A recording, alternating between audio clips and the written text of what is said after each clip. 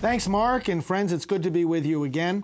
One of the topics we're going to discuss today, the research into how harmful abortion is, connects with a new website we've been promoting, 10stepstoendabortion.com. Check that out because it shows you how the different activities of the pro-life movement fit together into one comprehensive plan to end abortion. Now, Janet, we have a friend, Dr. Priscilla Coleman. She's a friend of the entire pro-life movement. She is an associate professor of human development and family studies at Bowling Green State University in Ohio.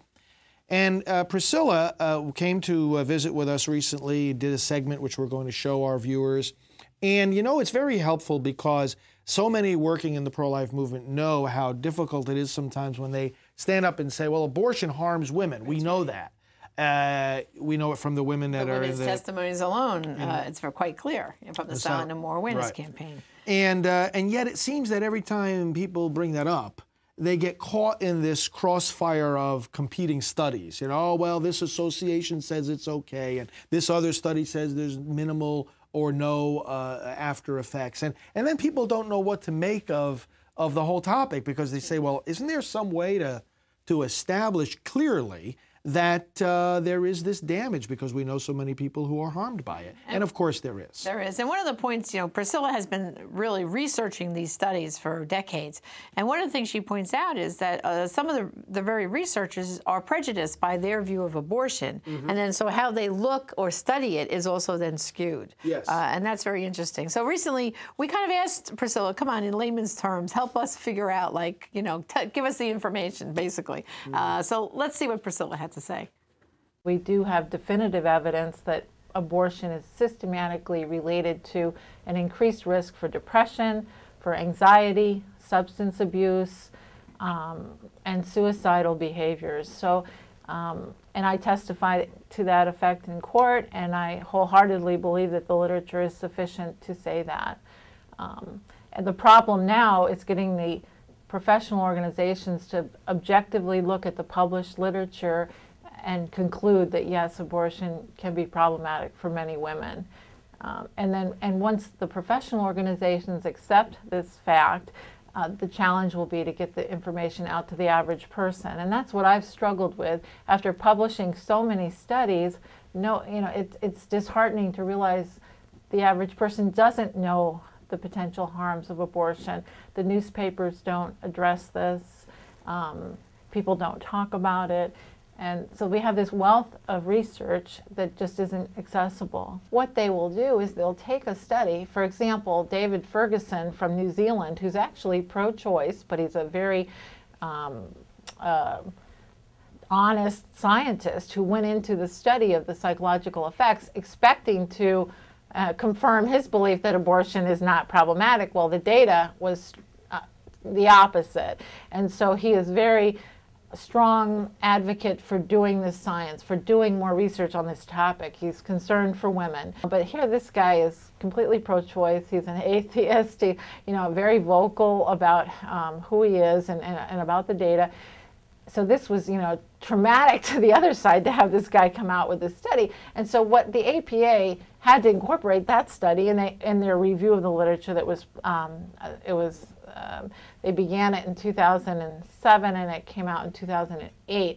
The way that they dismissed his study, which was strong in every way methodologically, it was some of the strengths included the fact that it was prospective data collection, it was longitudinal, which is necessary because you have to be able to show that the abortion preceded any mental health problems. So it was, and he had data for the whole country, women of a particular age, a cohort that he had followed.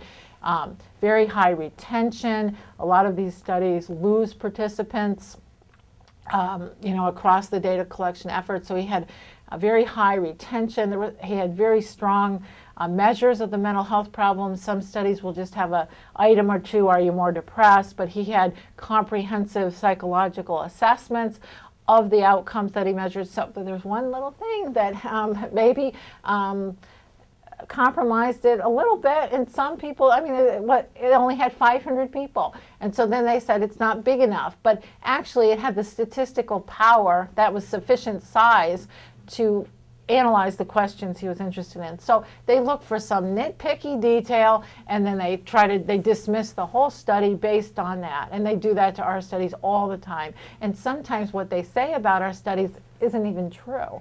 If they look at, they Google the name of the study or our names, and they find what biased reporters have interpreted or lied about, and then that becomes the belief. You have these powerful professional organizations that are trusted on other topics. They inform the practitioners in our country, and and they are the gatekeepers to journals. I mean, so it's difficult. How the average pro-lifer might hear one of us talk or might read about one of our studies, and then how do you argue against a group that is comprised of hundreds of PhDs, and they convened this task force to study the mental health effects of abortion. They didn't ask me to be on this task force. It was all pro-choice people, that activists on the pro-choice side who were assembling the research. So I think what we really need is kind of bullet points published somewhere that the average pro-lifer can look to. But that's going to be my challenge, when testifying in these cases. We're going to get that. Well, this professional, the APA reviewed the literature, and you're trying to tell us you're one person. So it's tough. And how could somebody, somebody out there who doesn't have the scientific background, hasn't read the studies? And so I guess it's important to point out, what is the political agenda of so many of these organizations? What are they, are they really sticking to the science, or are they compromising because they believe there's the greater good of ensuring reproductive rights continue in this country? So you have to look at where they're coming from, any biases that are out there. And I'm often challenged, in testifying. I'll be asked if what is my view on the life issue, and I personally don't believe that it's relevant to the data that I analyze. I use data that's out there, that's been collected by other people. Anyone can reanalyze the data. The truth's in the data. So it doesn't really matter what Priscilla Coleman's orientation is to this issue. But it matters when you have a group like the APA or the AMA that is comprised of people who are seriously determined to hide this work that's published in the journals. So, and when the critical point is how you're pulling the information together, because we know there's studies out there showing both, that abortion is benign. There aren't any studies, by the way, that show that abortion is beneficial to women. They haven't done that. They can't do that. And so with any other procedure, you need to demonstrate positive effects and we don't have that for abortion. Well, there are at least 6 studies that show an association between abortion history and an increased risk of suicide ideation, thoughts about suicide, or actually having completed a suicide. Strong studies from Europe by Amika Gisler, and we had one of our studies using that Medi-Cal data. David Reardon was the lead author on, and it was published in the Southern Medical Journal, showed a dramatic increased risk for suicide associated with abortion. In that large data set, we had 1,700 deaths, so we were able to look at that. So yeah, there is definitely an increased risk for suicide in the aftermath of abortion. Well, friends, we're grateful to Priscilla and for her sharing her expertise. And Janet, I think one of the most important things she said, which we should quote really as a soundbite, is simply this: the truth is in the data. That's right.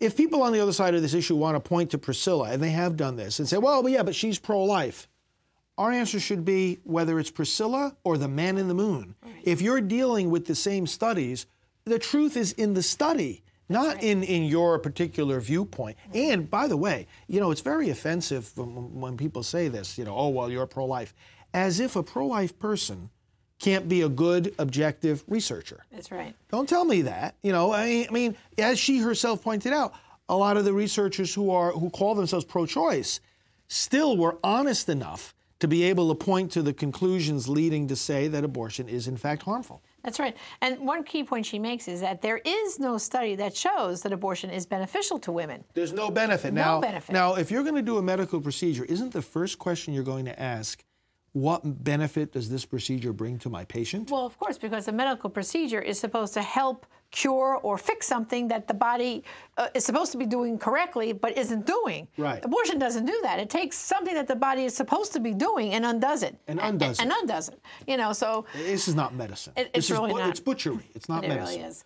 And Priscilla, you know, she's part of a group of other researchers. They have a group website called standapart.org, where as they, you know, put out more papers and research, this is a website you can go to see what's the latest things that Dr. Priscilla Coleman and her colleagues are putting out there. And that's the stuff we should use. Those are the sound bites that we, like you're saying, should get out there so we can dispel all these myths that are out there that abortion is good for women. We know it's not. In that website, APART means the Alliance for Post-Abortion Research and Training, but also the idea she's trying to convey when she says stand apart is that we're standing apart from all the politics of abortion and the battles back and forth. All that, of course, is important.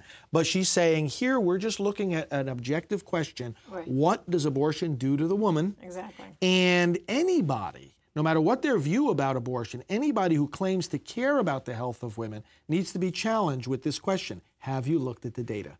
Have you read the studies? Because whether you agree with them or not, if you claim to be concerned about the woman, why wouldn't you look at the studies about how it affects women? And the key factor to me was that an abortion shows that women who have an abortion are more likely to have suicidal thoughts and tendencies. I mean, right, that's in the studies.